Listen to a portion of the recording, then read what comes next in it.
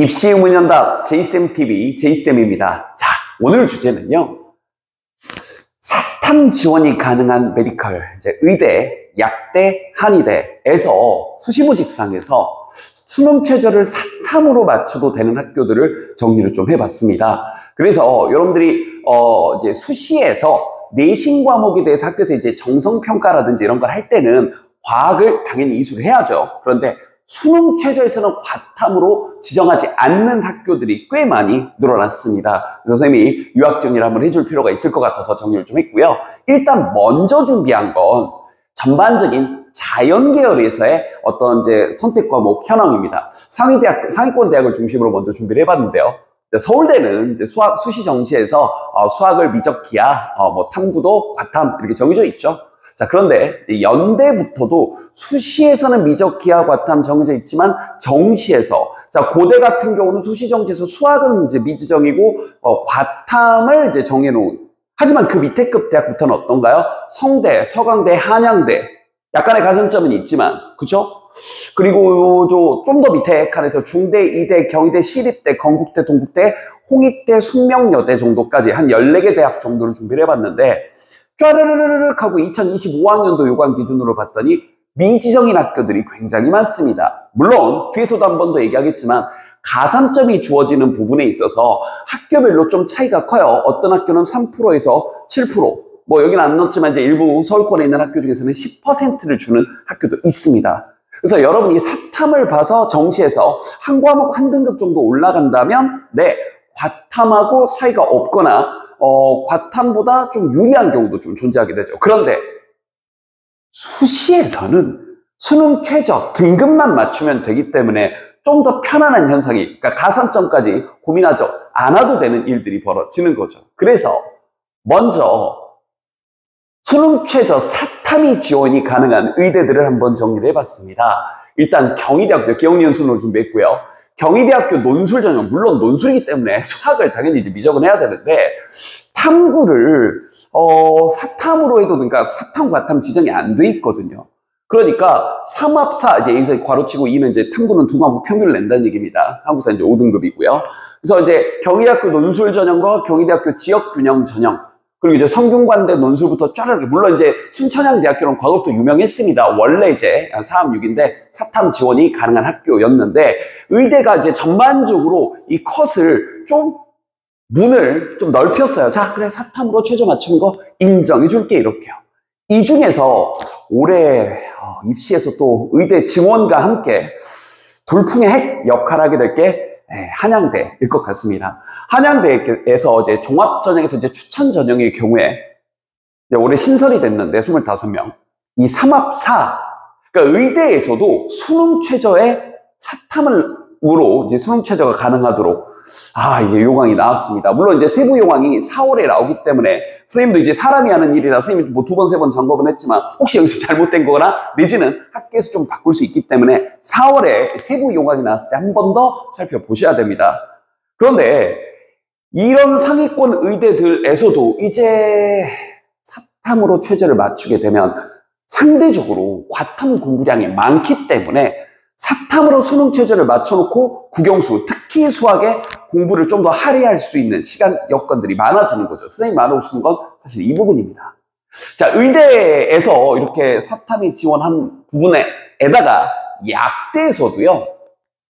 경희대부터 해서 이화여대, 이제 뒤에 몇 군데 더 있습니다. 보시면 쫘라라락 해서 수능 최저를 사탐으로 맞춰도 되는 학교들에다가 자, 숙명여대 논술 전형 삼합4, 그리고 아주대 논술 전형 삼합5 신설됐는데 여기도 사탐이 가능하고요. 그리고요. 자, 이화여대 이제 미래산업으로 추가, 뭐 미래인재, 이제 미래산업군이 또 추가적으로 따로 모집하죠. 약대에서 이화여대는 좀 세부적으로 모집하니까 좀 더 보셔야 되고요. 중앙대 지역균형, 중앙대 논술, 사립과대학교 교과 지역균형까지 어떤가요? 꽤 상당수 대학들이 최저를 사탐으로 해도 되게끔 허용을 했습니다. 물론 이제 여기 방금 보여줬던 학교들 중에서 선생님이 디테일하게 안 썼는데 수학은 뭐 필수 아니면 그냥 아예 사탐으로 모집 이런 학교들 좀 있습니다. 그럼 한 번 더 세부적으로 살펴보세요. 자, 이번에는 한의대학교입니다. 한의대는 과거부터 인문으로 아예 따로 모집을 했었기 때문에 그렇죠. 인물 모집군에서는 과거에도 이제 뭐 수학은 확통, 탐구는 사탐 이렇게 지정을 해놨었는데요. 안 써놨지만. 그런데 이제 인문으로 뽑지 않는 그냥 자연계 친구들을 뽑을 때도 수능 최저는 이렇게 사탐으로 포함이 가능하도록 수많은 학교들이 이렇게 좀 분위기가 바뀌었습니다. 여기에 더해서 이제 상지대, 그다음에 세명대, 우석대, 원광대까지. 와우. 선생님은 지금 이번 자료 준비를 하면서 자 이제 전략적으로 사탐을 우리가 선택하는 것에 대해서 메디컬을 준비하는 친구들도 한 번쯤은 생각을 해봐야겠다는 생각이 들었어요. 오늘은 준비하지 않았지만 정시에서도 사탐으로 지원할 수 있는 의대들이 굉장히 많아졌거든요. 그러면 총정리를 한번 해봐야 될 것 같습니다. 이 사탐을 선택했을 때 무조건 장점만은 있지 않으니 장단점을 한번 고려를 해보자고요. 자, 다시 한번. 선생님이 가장 강조하고 싶은 건 이겁니다. 과탐에 비해 상대적 학습량이 굉장히 낮다는 거죠. 그 말은 여러분이 국영수학습을 지원할 수 있는, 준비할 수 있는 시간대를 굉장히 많이 늘릴 수 있다는 얘기죠. 특히 수학. 그러니까 이걸 우리가 선택과 집중을 좀 한번 해보셔야 돼요. 여러분 상황에 따라 다 다르기 때문에. 알겠죠?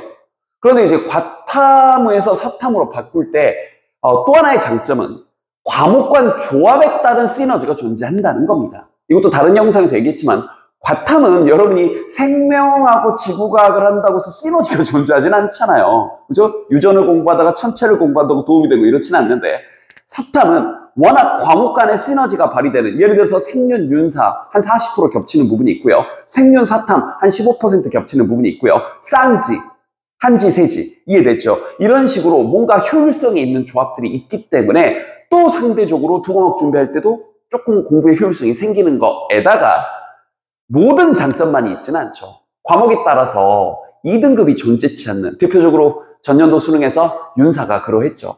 윤사 1컷이 50점인데 1등급을 받은 친구들이 한 2% 정도 됐었나요? 그러다 보니까 아예 1등급 다음, 즉 50점 다음에 하나 틀렸을 뿐인데 3등급이 나올 수도 있습니다. 그래서 여러분이 최저를 맞출 때 삐끗했다가 오히려 이제 뭐 탐구에서 3등급이 쉽게 나와버릴 수도 있어요. 그래서 50점을 목표로 공부해야 된다는 부담은 있습니다.